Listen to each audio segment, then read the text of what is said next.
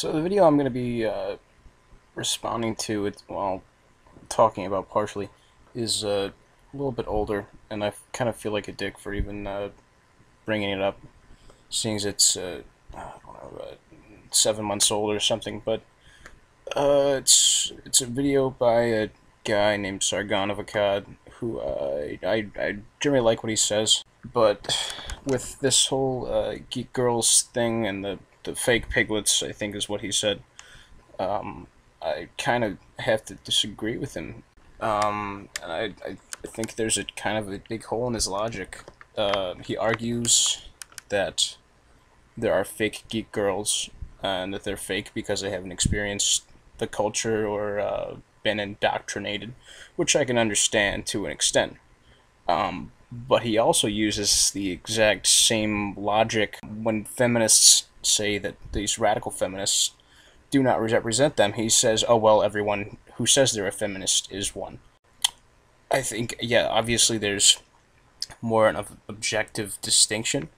With the comic book fandoms, you can tell what a person's experience with the fandom is easier. You can ask them questions that have definite answers that not necessarily you have in feminism. But I think for the supposed fake geek girls, for the most part, they should be given, the benefit of the doubt. They aren't going anywhere anyway. A thing to consider is that girls just like dressing up. That's why they spend 2 hours every day on their makeup before they go to work or school. And these girls could have just started getting into comic books when they doing their cosplay of whatever. I don't really follow this stuff, but I just thought that it was a bit unfair of him to make that argument when he says the exact opposite when he's talking about feminism. I get it with the feminism. There's not a really good distinction. It's more subjective with these opinions that these women have. And that's actually kind of why feminism has continued to exist outside of its goals after they essentially accomplished what they set out to do. Before going on in this video, I'd like to point out, labels aside, that no one is advocating misogyny. No one is advocating that women should have less rights than men. Keep in mind, when I'm about to say what I'm about to say, that if you believe in gender equality, truly, we're on the same side, and we actually believe the same thing. And it's really not important to get caught up in the semantics of it. But to this day, this third-wave feminism has really become a composite of misandrists, these social justice warriors, the professional victims, and also peppered in there are the mislabeled egalitarians, people who actually do believe in equality but have labeled themselves as feminist. And I can understand why you would do that. We are all taught from a young age in school that the women are oppressed, yada yada yada. Women make this much per men. I'm not really going to get into that right now. That's a topic for a separate video. But we rarely even consider that any of this information might be represented or misconstrued in any way. And I really get it. I really get this out of this stance. And I really once agreed with it. I really used to think that these non-feminists were just some kind of bigots, and that they really didn't understand the issues until I started looking into this kind of stuff myself.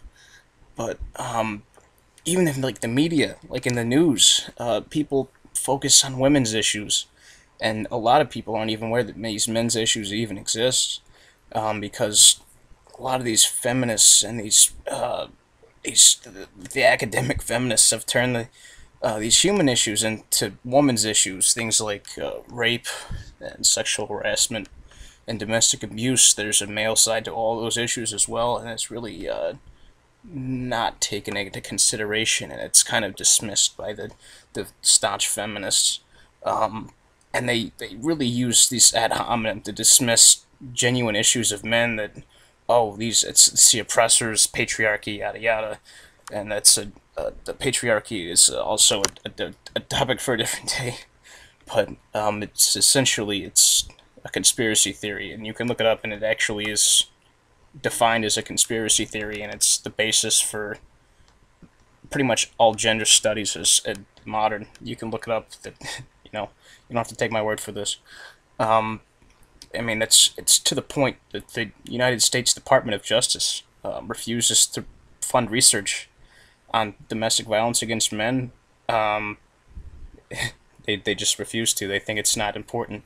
The Department of Justice, which, in its definition it's supposed to be impartial and fair and seek out wrongdoings, but apparently if you're a man, then that's not really that important. And I can link the description, the PDF file on their website where they talk about this. And I don't think you would ever see a feminist objecting. They just, the mainstream feminists, the academic gender studies, all these people, they sort of dismiss it as it's not a serious thing. And if you object to this kind of thing, that blatant sexual discrimination, I'll come back to you in a minute, but some of these feminists go as far to say that, men don't have gender issues, and they generally view the MRAs as hate groups, and I don't really agree with either side. I'm really just against bipartisanism in general, but I think it's really ironic and sexist that they would think that when they essentially have exactly the same goals, and you can go on any MRA website and see what I'm talking about. They don't have any kind of misogynist stuff on there. They're just focusing on men's issues the way that feminists try to focus on women's issues. But the women who are leading this movement, I don't know if I should even say that, the feminists leading the movement, the ones who are in charge, the people who actually have influence and political power, who are actually in charge of this, are actually completely full of it, and they're extremely sexist, and you can see evidence of this. It's, people like Anita Sarkeesian, Rebecca Watson, Melody Hensley, Adria Richards, Suey Park. You can all go wade through their bullshit, which is rampant everywhere. It's so obvious they're full of shit, and I can't imagine why any of these people take their shit seriously, or why they don't believe the things they read online when it's so blatantly obvious how fucking terrible these people are. But anyway, for those of you who do have a problem with the fact that men's rights are not being addressed, and those of you who actually do support humanitarianism and gender equality, and of those people who call themselves feminists, I don't know why you call yourself that. You're only acting as a shield. You're only acting as a guise of equality for the sexists that are running the show. I mean, don't empower that. If you're really an egalitarian, say you are. If you're really a humanist, use that label. You're not helping anybody by saying you're a feminist. I mean, in the title, it implies gender bias. But anyway, yeah, that's my video. If you disagree with anything I said, please leave a comment. I'd love to hear your feedback. Otherwise, thanks for watching my video.